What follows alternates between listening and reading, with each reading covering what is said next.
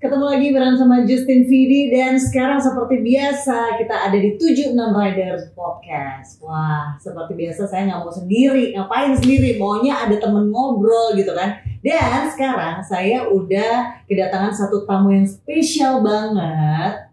Udah kelihatan belum ya di sini ya? Sebenarnya deket banget sama aku nih sekarang ya.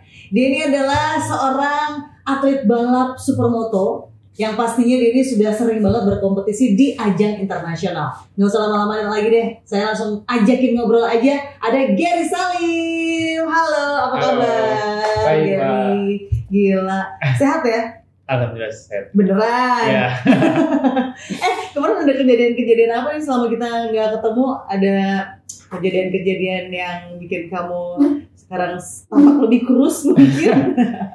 Ya, di bulan Juni kemarin sih Gary ada sempat balap di Asia, terus sempat ngalami jatuh di sana, terus Gary operasi di sana juga dan hampir lama juga sih 1 bulan Gary ada di Jepang. Serius? Jadi perawatannya di Jepang? Iya, semuanya. Oke, tapi sekarang udah sehat-sehat aja kan? Ya, sekarang sih udah seperti kelihatan kan, udah sehat, cuman butuh recovery aja. Jadi sekarang udah belum bisa latihan-latihan gitu ya? Ya, untuk latihan yang seperti olahraga, seperti yang berat-berat masih belum bisa, tapi udah mulai yang ringan-ringan aja. Tapi untuk latihan motor masih belum boleh. Jadi tunggu dari dokter. Cepat sembuh ya. Amin, makasih. 6 bulan lagi dia akan kembali, Gary is back gitu ya. Oke, kita bakalan ngobrol-ngobrol ya Gary, ngobrol-ngobrol santai aja, banyak banget yang pastinya dari riders juga yang pengen tahu tentang Gary Salim nih. Yang pertama aku tuh pengen tahu kan Gary ini kan asalnya memang dari keluarga yang punya ikatan kuat banget nih ya sama dunia balap motor. Dari kecil banget udah kenal ya namanya dunia motor ya. Karena juga kan papa dulunya pembalap, terus kakak si Tommy juga mulai balap duluan, akhirnya Gary ngikutin sih. Ngikut ya. Emang udah berdarah pebalap gitu kan. Nah, gimana menurut Gary? Apakah latar belakang tuh benar-benar mempengaruhi perjalanan karir seorang Gary Salim? Ya, sebenarnya sih emang mempengaruhi sih, karena kan juga papa juga ngarahin Gary selalu bawa ke sirkuit. Jadi emang kenal balap itu di sirkuit, bukan seperti balap liar ya. Karena juga papa kan punya pembalap dulunya, meskipun Gary sama Tommy sebelumnya belum balap, tapi sering diajak papa untuk nonton balap. Jadi akhirnya setelah Tommy mulai balapan, akhirnya Gary juga kepengen terjun di dunia balap, terus sempat ya minta baju balap, terus minta motor latihan untuk latihan sih. Dari usia berapa ya? Berarti kayak ada keinginan kayak misalnya aku mau ikutan nih. Kalau misalnya ditinggal kayaknya aku nggak mau ketinggalan sama sekali kalau misalnya mereka. Waktu itu sih mulai awalnya umur 8 tahun. 8 tahun ya? Iya. Tapi sebenarnya awalnya Gary juga nggak terlalu pengen. Iya. Pengennya yang lain aja. Tapi setelah lihat kakak terjun balap terus juga menang kan, jadi wah pengen juga. Akhirnya terjunlah ke dunia balap. Oke, jadi ikut masuk ya. Tapi kalau ngomongin tentang, kita flashback dulu ya, Gary ya. Awal mulanya seorang Gary Salim ini kan dari ajang balapan lokal ya, terus kayak gitu bisa terus naik levelnya ke balapan internasional, kayak gitu-gitu kan, kayak Moto World GP, terus apa lagi sih? Moto3 dan sebagainya itu.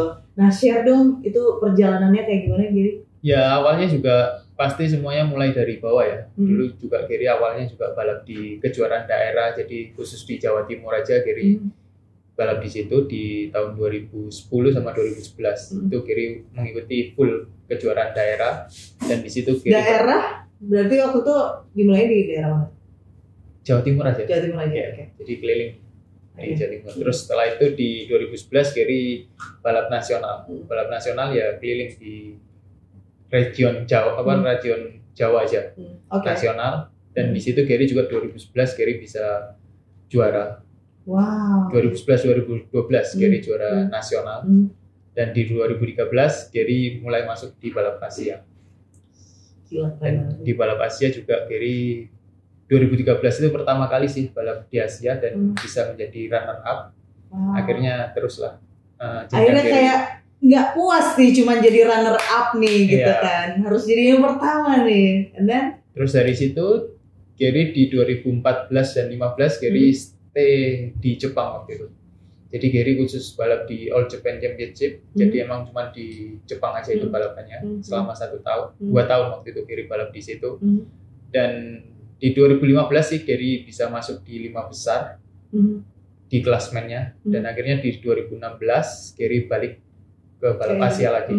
Jadi keliling di Asia. Dan di 2016 itu balap Super Sport 600 dan juga juara double winner waktu di Sentul. Waktu balap di tuan rumah sih. Terus di 2017 Gary balap di Asia juga di kelas 250. Dan itu Gary selama 1 tahun itu juara 8 kali mungkin. Dan di situ Gary juara Asia juga di tahun 2017. Mantap. Baru 2018. Itu pencapaiannya itu berarti di umur berapa waktu itu? Kurang tahu juga ya. Apa lupa ya? Ya udah nggak apa-apa. And then lanjut lagi. Akhirnya 2018 Gary balap di Eropa. Di Eropa 2 tahun sampai 2019 dan akhirnya di 2019 itu Gary dapat kesempatan wildcard di kelas Moto3 sama Moto2. Jadi 1 tahun itu Gary dapat wildcard 2 kali di Moto3 sama Moto2. Ya seneng banget sih karena sebenarnya dari awal balap kan cuman balap di daerah, nggak sampai kepikiran bisa balap ke sana. Akhirnya bisa sampai kesampaian juga. Terus ya satu pedok juga kan di MotoGP, ketemu pembalap MotoGP. Seneng banget. Gila. Pencapaian. Tapi keren banget ya jadi progresnya bener-bener kerasa gitu kan dari daerah, nasional, internasional, keren banget sih. Itu yang harus ditiru. Semuanya biasanya kan kepengennya langsung internasional, nggak mau lewat bawah dulu gitu kan. Jadi semua ada progresnya step by step. Betul. Nah untuk seorang rider pemula waktu itu ya, kamu ngerasain ada kendala atau hambatan gitu dong pastinya, ya kan? Ada nggak sih, apalagi kayak misalnya lagi tanding gitu kan di balap di luar negeri sama yang di dalam negeri pada awal-awal karir, share dong. Kayak misalnya apa perbedaannya, harus meningkatkan apanya lagi gitu, kendalanya apa? Ya waktu awal sih, waktu Gary kecil mungkin yang susah itu kedisiplinannya. Jadi kayak misal kita habis balapan terus menang, kayak merasa udah puas gitu, terus akhirnya lupa menjalani kayak olahraga fisik segala macam itu kayak udah lupa. Terus setelah Gary dapat pengalaman balap di luar, Gary melihat pembalap luar, ternyata emang setelah balap kita harus menjalani yang kita lakuin sebelumnya, seperti olahraga, latihan itu tetap harus konsisten. Dan akhirnya Gary dapat pelajaran dari situ, pengalaman dari situ. Akhirnya Gary jalanin waktu di Indonesia dan mungkin ya itu, jadi Gary bisa berkembang terus.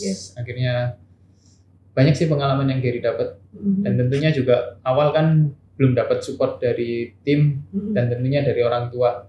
Ya untung orang tua juga full support di balap karena papa juga pembalap, akhirnya ya sebisa mungkin memberikan yang terbaik sih. Yes. Wow. Bener ya, konsisten itu adalah kunci. Bener. Kalau misalnya konsisten, puas dengan satu pencapaian aja, ya langsung lembek lagi gitu kan. Konsisten dan disiplin, guys ya. Menurut Gary nih di tahun 2023 ini gimana Ger? Pencapaiannya udah memenuhi target awal belum sih? Punya goals gitu nggak sih? Aku harus menjadi A, B, C, D gitu? Atau malah ada beberapa penyesuaian lagi? Ya sebenarnya di tahun 2023 ini target Gary bisa juara di Asia lagi ya.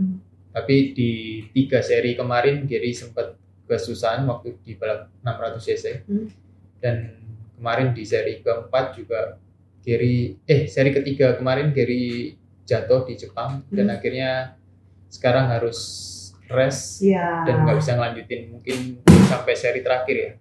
Tapi ya nggak apa-apa sih, ini buat pembelajaran aja. Jadi Gary sekarang bisa lebih rileks lagi dan mempersiapkan di tahun 2024. Mungkin 2024 bisa lebih baik lagi. Oke, untuk yang tadi kita ngomongin tentang yang kemarin ada kejadian di Jepang itu kan jadinya harus bed rest banget gitu kan. Harus ada beberapa kegiatan yang tidak bisa dilakukan. Menurut kamu gimana? Keselkah?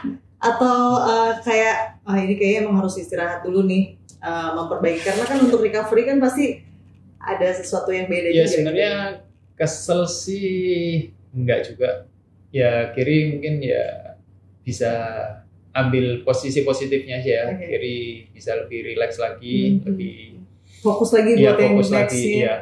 Tapi Gary juga enggak asal rest tapi diam aja di rumah gitu. Jadi tetap Gary harus ngelakuin olahraga meskipun harus yang ringan-ringan dulu. Tapi untuk latihan motornya ya mungkin nanti ke depannya. Oke. Jadi nggak apa-apa ya. Biasanya kan ada tuh, harus aku sih. Oke. Ini aku pengen nanya nih, waktu balapan nih ya Ger ya, kan pasti nggak sendirian tuh Gary kan. Pasti ada tim yang mendukung Gary gitu kan, ada mekanik, ada juga manajer, pokoknya komplit banget ya. Menurut lu seberapa besar sih impact atau mungkin perannya mereka nih ya, perannya tim buat mendapatkan hasil yang maksimal di kompetisinya Gary? Ya sebenarnya kalau tim itu sangat membantu ya, karena di tim juga punya seperti manajer, terus mekanik, terus staff, ada yang pokoknya lengkap. Jadi Gary sebagai rider itu sangat terbantu, jadi Gary bisa lebih fokus di balapan. Jadi cuman komunikasi sama mekanik kalau ada keluhan, terus kalau ada apa masalah kekurangan seperti perlu apa bisa dibantu dengan manajer atau tim-tim yang lainnya. Jadi Gary cuma bisa fokus di balapan. Kecuali kalau kita tidak punya tim, kita ngurus sendiri itu lebih sulit ya, karena kita harus melakukan pendaftaran, registrasi semua. Tapi kalau udah ada tim yang komplit, kita sangat terbantu. Oke, itulah pentingnya. Tapi Gary di awal, maksudnya punya tim itu dari kapan tuh? Yang benar-benar ngerasa, wah ini job desk-nya udah bisa kebagi-bagi nih gitu. Di tahun 2012. 2012 ya, sebelumnya. Waktu balap nasional. Sebelumnya sendiri udah ngerasain sendiri, banget ya. Terus ya cuman dari orang tua gitu kan, keluarga sih, tim keluarga. Hitungannya ya sempat kayak tim orang dalam lah ya. Ngurus pendaftaran sendiri, terus kayak pengecekan motor sendiri begitu. Jadi udah terforsir juga ya pemikirannya ya. Oke. Gary ini kan pernah beberapa kali mengalami kecelakaan ya, termasuk yang kemarin juga terakhir ini gitu kan, sampai cedera. Nah, trauma nggak sih? Apalagi mungkin nanti bisa diceritain juga ya, pertama kali kecelakaan, pasti inget dong. Trauma nggak sih? Terus kalau ada trauma, gimana membalikannya supaya bisa bisa show off lagi nih, bisa percaya diri lagi nih? Sebenarnya kalau trauma enggak sih, sebelumnya ya, waktu kayak patah tulang gitu enggak ada trauma. Sempat juga waktu 2019 Gary patah di tulang ini, selangka. Itu enggak sampai 1 bulan Gary balap lagi, terus patah lagi di tempat yang sama. Itu ya nggak ada trauma sih. Cuman kemarin waktu di Jepang itu Gary ngerasain trauma waktu sebelum dioperasi, karena benar-benar sakit banget. Itu di bagian mana? Kan kemarin yang di Jepang itu bagian kepala semua yang kena. Jadi benar-benar di rahang ini patah, terus di hidung, mata sama belakang telinga ini retak.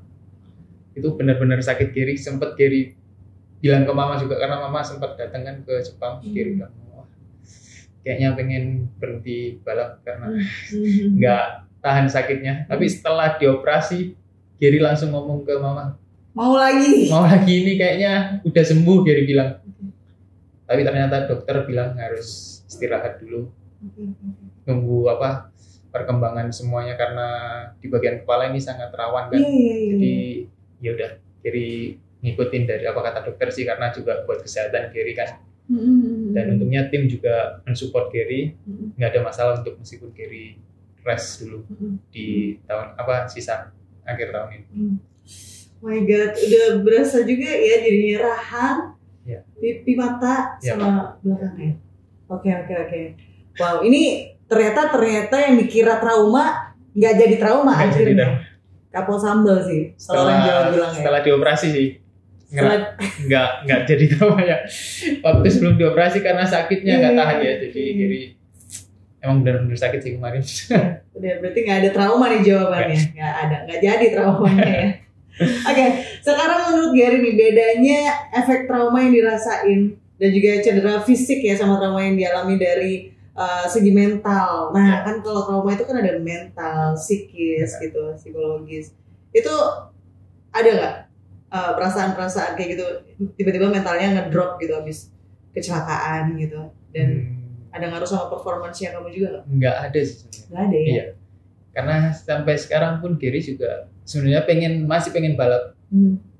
Dan ya mungkin karena tim juga tahu kondisi Gary gimana, akhirnya tim juga ngelarang Gary sih. Cuman nanti kan di F1 Asia ini di bulan Desember di final round-nya.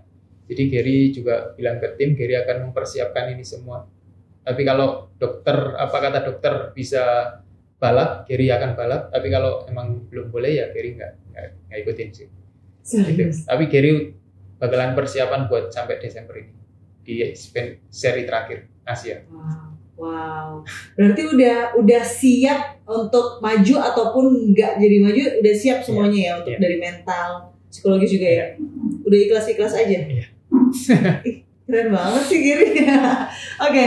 Tapi gimana caranya kamu nih untuk menjaga kondisi mental pas lagi masa pemulihan ya? Tadi kayak yang aku udah bilang kan orang kalau misalnya udah punya semangat tinggi. Sebenarnya Gary juga punya pelatih fisik sendiri ya. Jadi Gary juga selalu komunikasi sama pelatih fisik Gary itu. Jadi dia juga ngasih masukan ke Gary secara mental ataupun fisik Gary gimana. Jadi Gary selalu komunikasi itu dengan pelatih. Boleh fisik. dong sedikit dibocorin sebenarnya kalau misalnya supaya mentalnya tuh kuat, nggak down, nggak ngedrop setelah kecelakaan atau harus ada masa-masa. Kalau dari pelatih fisik kalau Gary lihat sih dia selalu memberikan yang seperti yang positif ya. Jadi Gary seperti apa?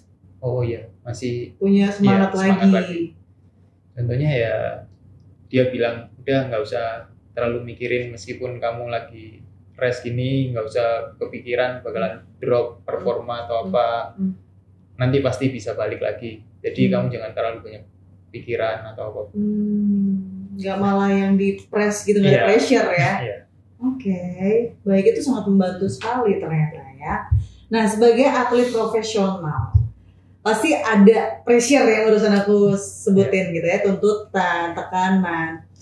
Nah, untuk bisa balik lagi ke balapan secepat mungkin gitu ya, gimana caranya Gary untuk nentuin timing yang pas banget buat comeback nih? Pasti dong. Apalagi setelah cedera, apakah bener-bener nungguin atau enggak deh pokoknya aku sekarang harus balik, atau ada faktor-faktor apa tuh yang lain yang dipertimbangkan oleh Gary and tim? Ya pertimbangan Gary sama tim itu untuk kembali lagi ke balapan ya tergantung dari dokter ya kalau dengan kondisi Gary sekarang. Tapi untuk mempersiapkan semuanya yaitu tergantung dari setiap rider. Karena kita juga udah di tahun ini Gary udah dikontrak dengan tim.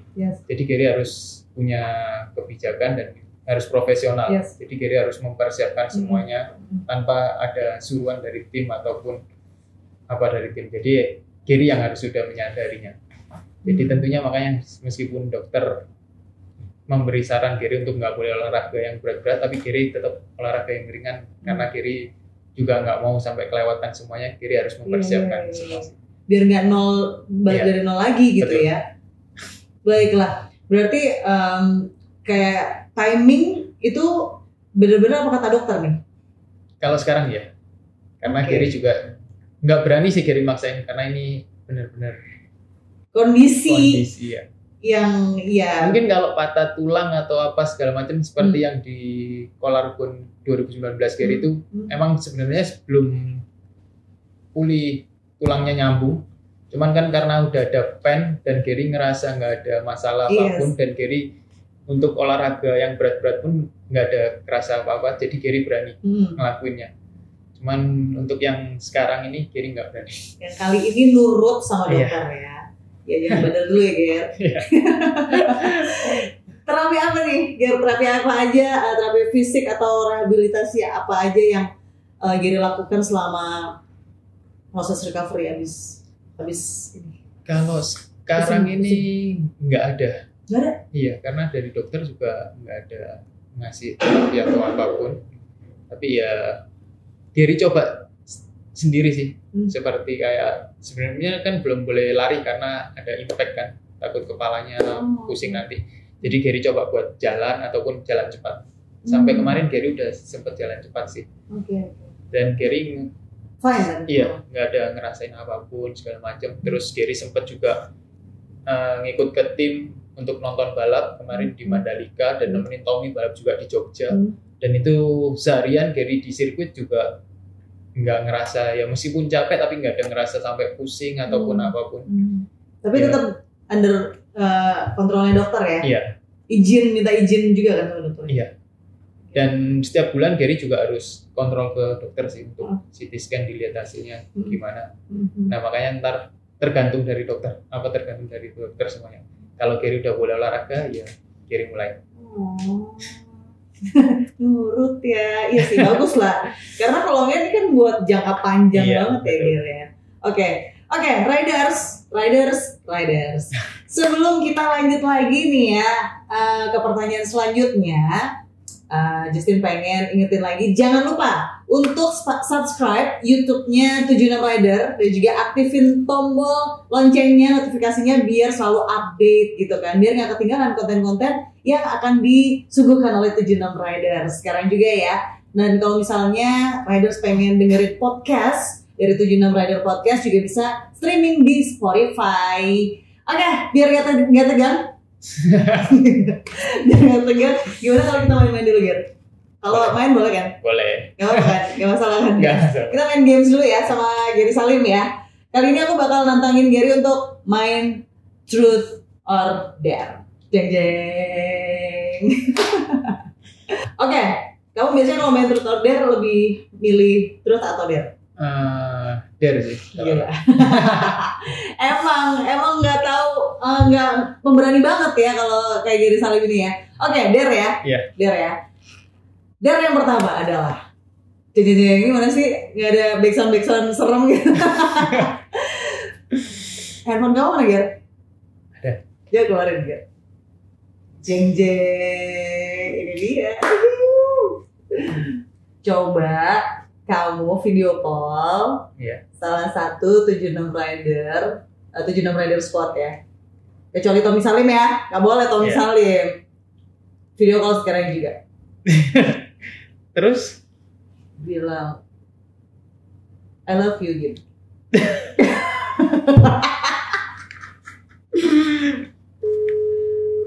Tapi nggak ada yang cewek. Nggak apa-apa. Love you, Mas Aga. Sehat, semangat. Gimana?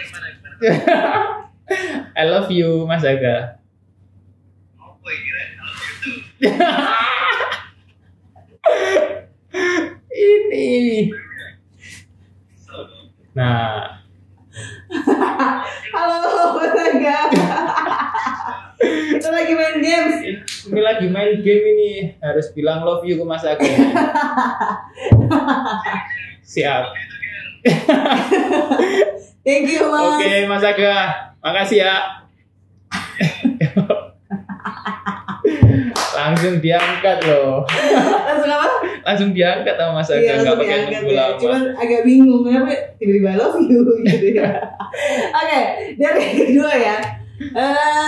Ini lebih gampang sih Dare-nya. Apa tuh? Kamu lagu favoritnya apa, Ger? Apa? Coba. Kita pengen tahu. Ini tim yang di sini udah nahan ketawanya semua.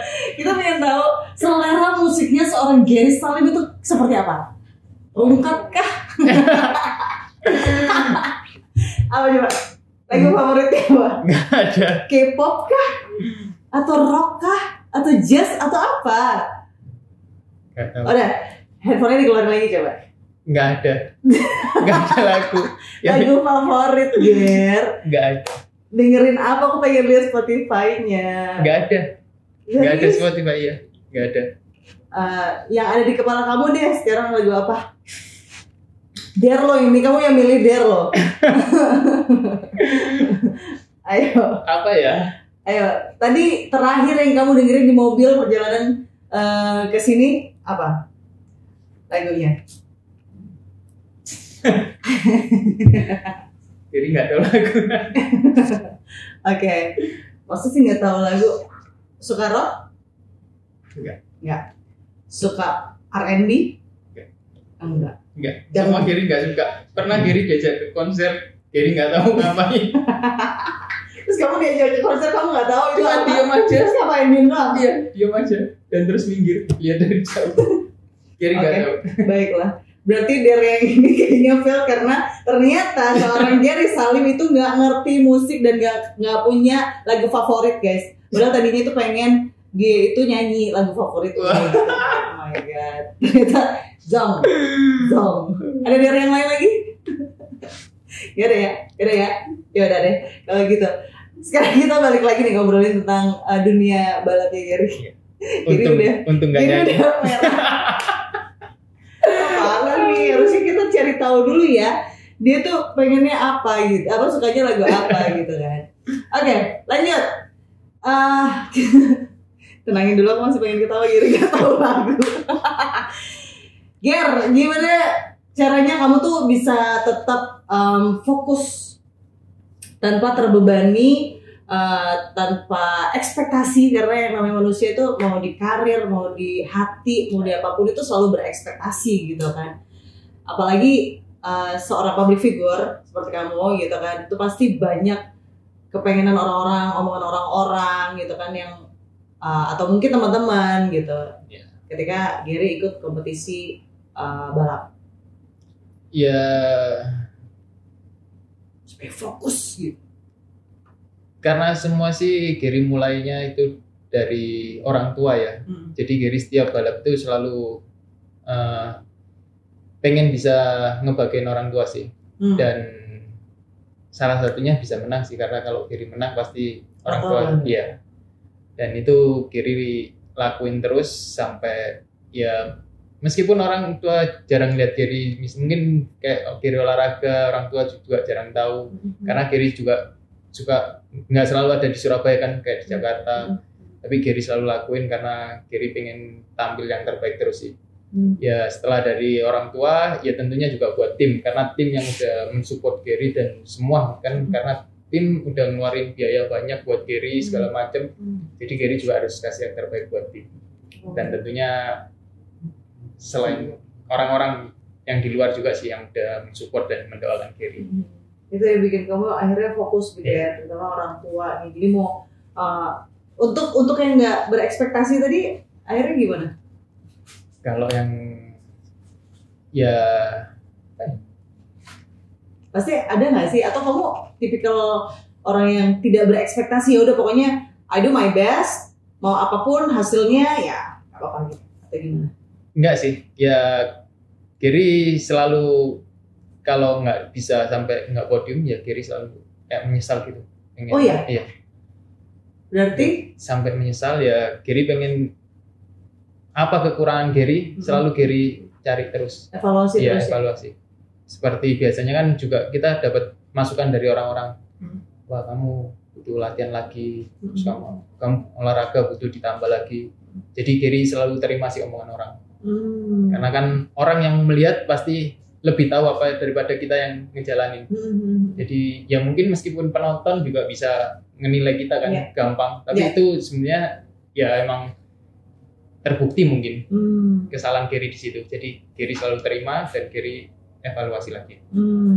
Jadi nggak masalah ya kalau orang-orang mau ngomong apa gitu ya. Oke, kita lanjut pertanyaan berikutnya nih. Ini tentang dunia balap juga nih, Ger. Karena mau ngomongin musik juga kamu nggak tahu.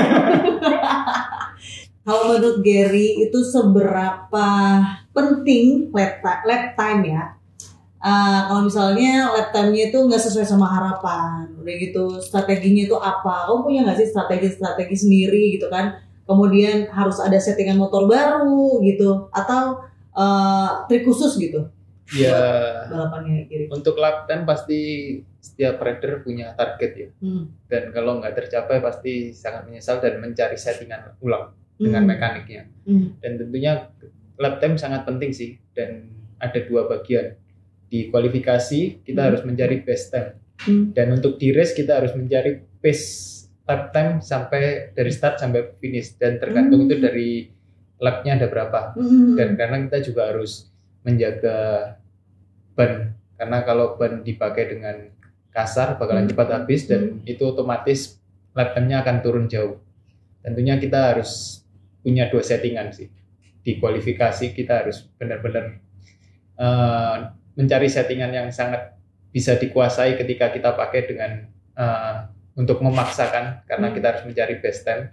Tapi kita di race harus mendapatkan settingan yang benar-benar nyaman ketika bisa dipakai.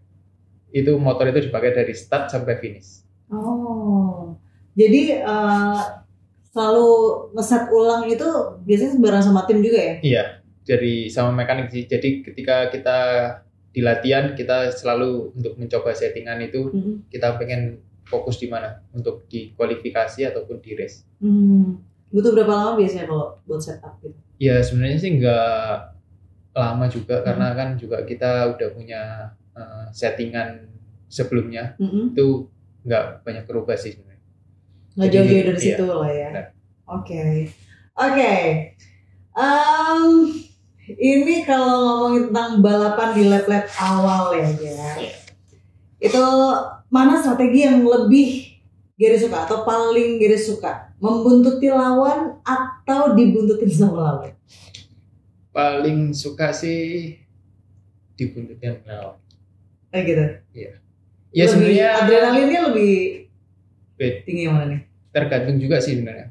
Kalau kita udah punya settingan motor yang nyaman dengan kita gunakan, kita pasti meskipun di depan ataupun di belakang kita ngerasa santai aja sih, karena kita punya settingan yang sangat bagus di motor. Tapi kalau kita nggak punya settingan yang bagus di motor, pasti meskipun kita mau di belakang ataupun di depan lawan, kita pasti kesusahan untuk ngejar lawan meskipun kalau kita nggak punya settingan yang bagus.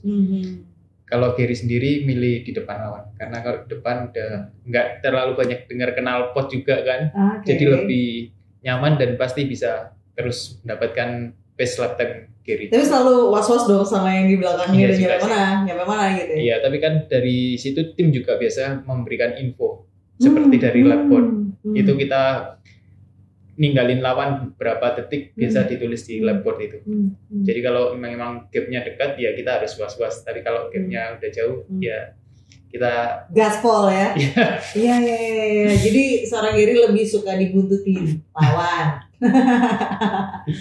Oke, kalau berhadapan dengan lawan yang lebih unggul nih ya secara teknik atau lebih berpengalaman, pasti pernah dong ketemu sama lawan-lawan yang kayak gitu.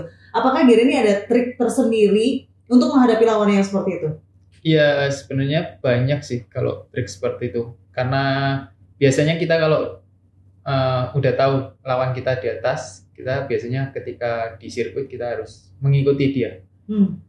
Tapi kan kebanyakan pembalap nggak mau diikutin karena dia takut kebaca kan kelemahan dia di mana. Nah, Gary biasanya selalu mencoba untuk membuntutin yang lawan di atas Gary, karena Gary pengen ngeliat kelemahannya di mana. Kalau Gary udah tahu kelemahannya, nah Gary di situ juga pelajari. Jadi bukan kelemahannya aja sih, kelemahan dan kelebihan dia di mana. Jadi Gary bisa belajar juga dan Gary tahu kelemahan dia di mana. Kalau Gary udah tahu semua kelebihan dan kelemahan dia, baru Gary evaluasi, baru dilakuin waktu di race. Dan juga ada improvisasi juga. Oh gitu. Jadi strateginya adalah mempelajari kelebihan dan juga kekurangannya ya dari musuh. Ini bagus banget sih. Jadi kalau misalnya ada lawan itu kita harus mendalami dulu ya. Oke, misal nih ada kejadian tuh cuaca yang tiba-tiba berubah atau ada kendala lain lah ya, kayak misalnya lintasan, terus udah gitu banyak dong faktor-faktor yang membuat worry gitu, khawatir. Gimana nih caranya seorang Gary Salim itu melakukan adaptasi atau mengatur strateginya yang sudah disiapkan sebelumnya? Wah, tadinya begini, pas di lapangan beda nih gitu. Ya sebenarnya itu juga sering terjadi sih di balapan. Karena misalnya kayak waktu start mungkin masih belum hujan ya, masih kering. Tapi ketika waktu udah berjalannya race, tiba-tiba di pertengahan race tiba-tiba hujan, berubah cuaca dan tiba-tiba emang kita nggak persiapin juga settingan, ya harus berusaha sih sebenarnya. kita dengan setup yang kering itu kita lakuin. Tapi kebanyakan ya memang susah. Tapi kita tetap harus berjuang. Oke, jadi tetap pakai plan awal Iya. dengan kondisi yang berbeda. Iya, karena kalau kita di balapan juga untuk mau masuk berubah settingan juga bakalan ketinggalan ya dengan lawan yang kalau misalnya dia bakalan lanjut terus. Jadi kita tetap harus berusaha. Takes time ya. Iya. Wow. Itu sih yang akhirnya kamu juga harus putar otak dan juga harus lebih berhati-hati juga dengan situasi yang ternyata beda sama yang udah di-planningin. Strategi atau cara apa sih Ger yang kamu lakuin untuk menganalisa kemampuan lawan nih ya? Tadi kan mungkin mempelajari kayak gitu ya. Tapi ada nggak strategi yang kayak misalnya sebelum balapan itu ada cara khusus nggak buat ngadepin rival-rivalnya Gary? Soalnya kalau misalnya semua berpikiran kayak Gary, berarti kan Gary juga dibaca tuh sama lawan. Saling membaca gitu kan. Jadi yang itu juga bisa Gary lakuin biasanya di Gary nonton video dari apa tuh? YouTube. Jadi kan itu ada misalnya balap sebelumnya atau balap yang tahun lalu. Nah, Gary selalu lihat evaluasi dari situ juga. Jadi Gary bisa tahu kelemahan dia di mana. Terus Gary juga bisa tahu kan kelemahan Gary di mana karena di situ juga ada video Gary lagi balap. Gary bisa pelajari dari video itu. I see. Jadi nggak cuma di sirkuit aja, tapi dari video pun bisa dipelajari semua. Berarti selain mempelajari lawan, mempelajari diri sendiri juga. Iya. Meskipun kayak misalnya kita balapan di Supermoto biasanya pengalaman Gary di hari Jumat itu ada latihan dan sesi kualifikasi. Dan di hari Sabtu itu ada race 1, race 2. Dan kebetulan di event Supermoto selalu ada live streamingnya. Dan Gary selalu pelajarin sih. Misalnya di kualifikasi Gary belum dapat lap time yang bagus, ya Gary pelajari dari video. Lihat di mana kelemahan Gary, terus di mana pembalap lain kencang, Gary pelajari dari video juga bisa. Mantap. Itu juga bagian dari menyatukan energi nggak sih dengan kamu mengetahui medan gitu loh. Iya, benar. Jadi kan chemistry-nya udah dapat duluan ya sebelum terjun di situ ya. Wow, keren banget. Oke, buat sekarang nih, Ger, balap supermoto ini kan bisa dibilang semakin berkembang, gitu kan. Banyak banget tuh event-event lokal, gitu kan. Terus kalau menurut seorang Gary Salim nih, peluang dan juga tantangan dari supermoto ini gimana ke depannya? Ya sekarang kalau Gary lihat udah mulai rame ya yang di event Supermoto ini dan juga banyak pembalap seperti yang Gary, teman-teman Gary dari road race terjun di Supermoto juga karena sebenarnya seperti yang kalau pembalap road race terjun ke Supermoto sebenarnya untuk pembelajaran aja, untuk latihan juga karena di Supermoto itu kita perlu untuk slide, untuk masuk tikungan dengan slide. Terus yang kedua karena Supermoto yang di kelas FFA 450 itu power motornya sangat besar, jadi kita harus adaptasi dengan motor itu. Karena kayak seperti Gary balap di motor 600 cc juga powernya besar. Dan ketika pakai Supermoto kelas 450 itu dengan sirkuit yang kecil pun terasa powernya besar sekali sih. Oke.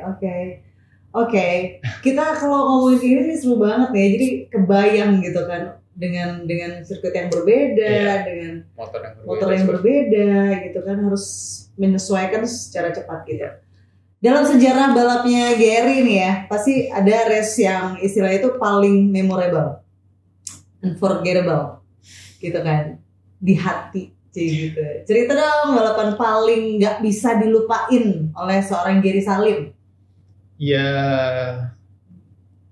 mungkin di tahun 2017 itu sih awal ya. Karena Gary bisa juara Asia dan ya nggak sampai kepikiran juga kan bisa balap ke Asia terus malah bisa sampai juara Asia juga. Ya Gary juga sangat senang sih itu di tahun itu. Terus setelah itu Gary kira ya sampai situ aja Gary balap. Ternyata masih bisa ke Eropa. Terus emang sempat kepikiran sampai situ aja? Iya sempat sih, karena sebelumnya nggak kepikiran bakalan bisa sampai wah seserius ini gitu ya. Terus ternyata dapat kesempatan kan balap di Eropa. Terus di tahun 2019 itu dapat wildcard itu dari Honda untuk balap di kelas Moto3 dan di Moto2. Satu kali sih memang. Tapi ya udah sangat bangga banget sih. Iya. Saya aja yang denger ceritanya ikut bangga. Lagi mamanya. Oke. Flashback ke beberapa tahun yang lalu nih. Ini kan aku baca-baca nih, Gary itu kan ikutan aksi charity. Karena emang hatinya kelihatan baik sih. Semoga benar-benar baik ya. Charity ketika COVID-19 dengan melelang salah satu helm bersejarahnya. Gila. Apa sih sebenarnya yang bikin kamu tuh melakukan hal baik itu gitu? Ceritanya dari aksi pelelangan yang pasti helm itu sangat kamu eman-eman sayang gitu kan? Ya sebenarnya emang waktu itu Gary emang selalu nyimpen barang-barang balap Gary sih, seperti baju balap Gary simpen, sampai helm pun juga gitu. Tapi waktu COVID itu Gary ya mikir emang perlu ngelelang helm Gary. Apa yang bikin kamu tiba-tiba kepikiran kayak aku mau ngelelang helm ini deh?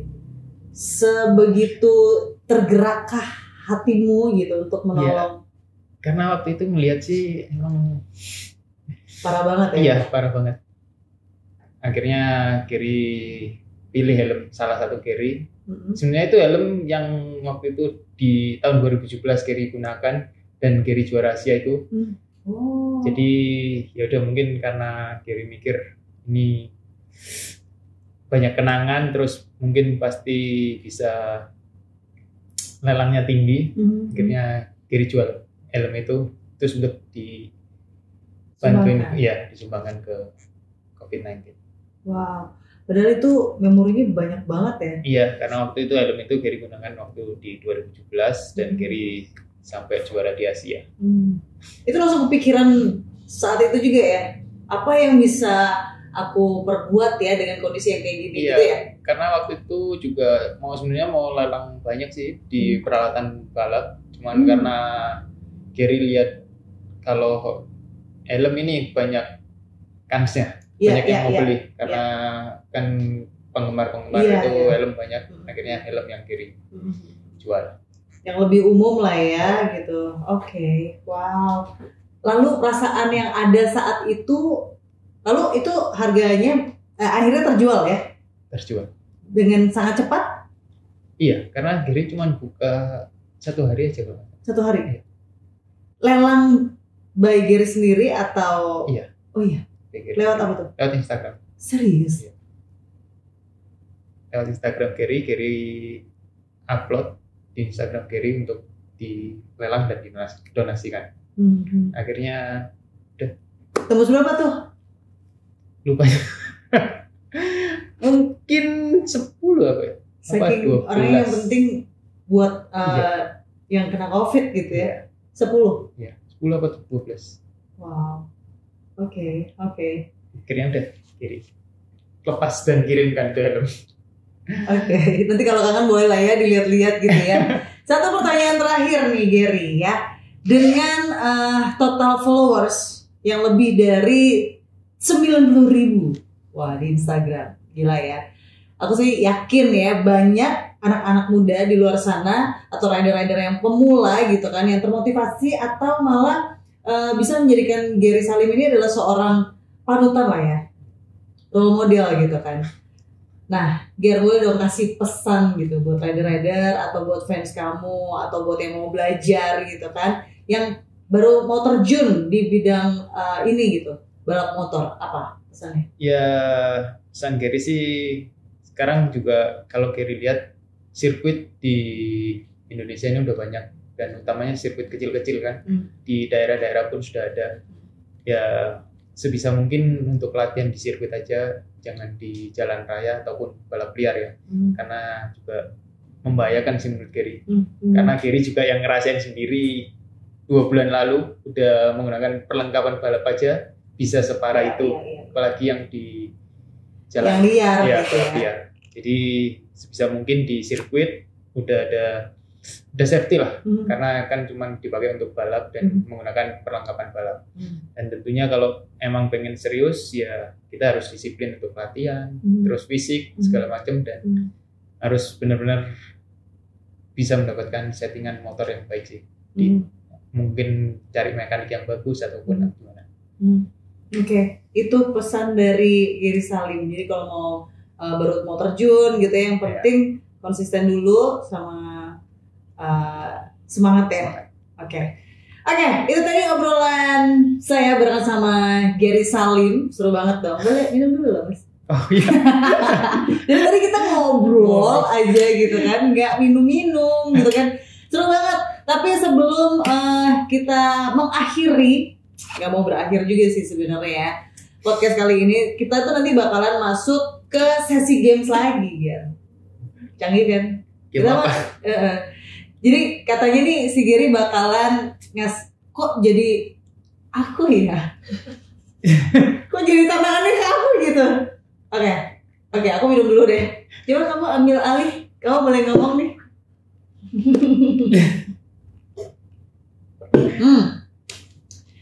Kali ini aku mau kasih 3 fakta tentang aku.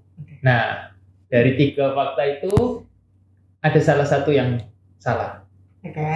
Jadi Mbak Justin harus nebak salah satu 3 fakta itu, dan salah satu yang salah yang mana? Salah satu fakta yang salah dari Gary Salim.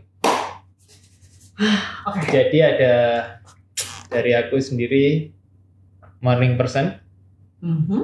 Terus yang kedua suka berenang. Yang ketiga suka makan pedas. Morning person, suka berenang, suka makan pedas. Ya, aku lihat mukamu dulu. Apakah kamu tipikal morning person kalau dilihat dari rambut aja? Tadi sampai sini kan on time, berarti bangun pagi. Tunggu. Suka berenang ya? Itu menunjang fisik seorang pembalap. Itu pasti benar. Terus suka pedas, tidak baik untuk kesehatan. Ya, baik untuk seorang pembalap ya. Tapi aku bilang yang salah adalah kamu morning person. Kamu bukan morning person. Lihat gimana coba. Ya. Bener nggak? Salah. Sumpah. Kamu morning person. Iya. Karena kan tiap pagi Gary harus bangun pagi. Iya juga sih. Karena biasanya Gary ngelakuin habis sholat subuh, Gary langsung pergi olahraga sepeda. Jadi Gary selalu bangun. Oke. Dari dia tuh aku akan jawab yang salah deh. Kayaknya yang salah tadi apa? Suka berenang sama suka makanan pedas. Yang salah ya? Iya. Suka makanan pedas. Salah juga. Aduh. Gitu. Boleh pulang nggak? Gary ini atlet yang nggak bisa berenang. Fakta, Gary adalah atlet yang tidak bisa berenang. Demi apa? Serius? Iya juga ya, harusnya benar. Kan kalau misalnya dia suka berenang tuh kan badannya tuh yang gitu kan, harusnya nggak sih bidang-bidang gitu kan? Iya kan? Berarti kamu suka pedas? Suka. Oh wow. Suka pedas. Tapi nggak suka berenang. Ya salah lagi. Jadi salah semua. Ya seru ya udah kalau gitu akhirnya kita tadi udah ngobrol-ngobrol banyak banget sama Gary Salim, udah main truth or dare tadi ya, udah bilang I love you sama siapa? Mas Aga. Jadi akhirnya kita tahu kalau Gary Salim ini juga tidak bisa atau tidak suka berenang. Tidak bisa. Oh tidak bisa, tapi suka. Iya suka, pengen sebenarnya. Suka main air ya? Iya, cuman nggak bisa. Jangan main api aja pokoknya ya. Akhirnya sama juga kita di akhir acara Riders, terima kasih buat Gary Salim yang udah jauh-jauh tadi 10 jam ya perjalanan ke sini. Udah datang ke sini, kita udah ngobrol bareng, berbagi ilmu juga buat riders yang pengen terjun, mungkin bisa menjadikan Gary Salim ini semakin menjadi inspirasi dari riders ya. Terima kasih, dan sebelum kita tutup acara ini, aku mau ngingetin sekali lagi nih. Jangan lupa untuk subscribe YouTube channelnya 76 Riders, dan jangan lupa juga yang mau follow sosial media kita ada di @76rider.id. Oke, Riders, sampai jumpa di 76 Riders selanjutnya, di episode selanjutnya dengan bintang tamu yang lain lagi. Siapa tahu bulan depan Gary Salim lagi. Ditunggu. Oke, kita bareng-bareng ya. Ngomong 76 rider nyali aja nggak cukup. Oke, siap? Kamera di mana? Di mana? Di atas sini. Sini tuh ya. Oke. Hap. Oke, kita ngomong bareng-bareng ya. 76 rider Nyali aja nggak cukup.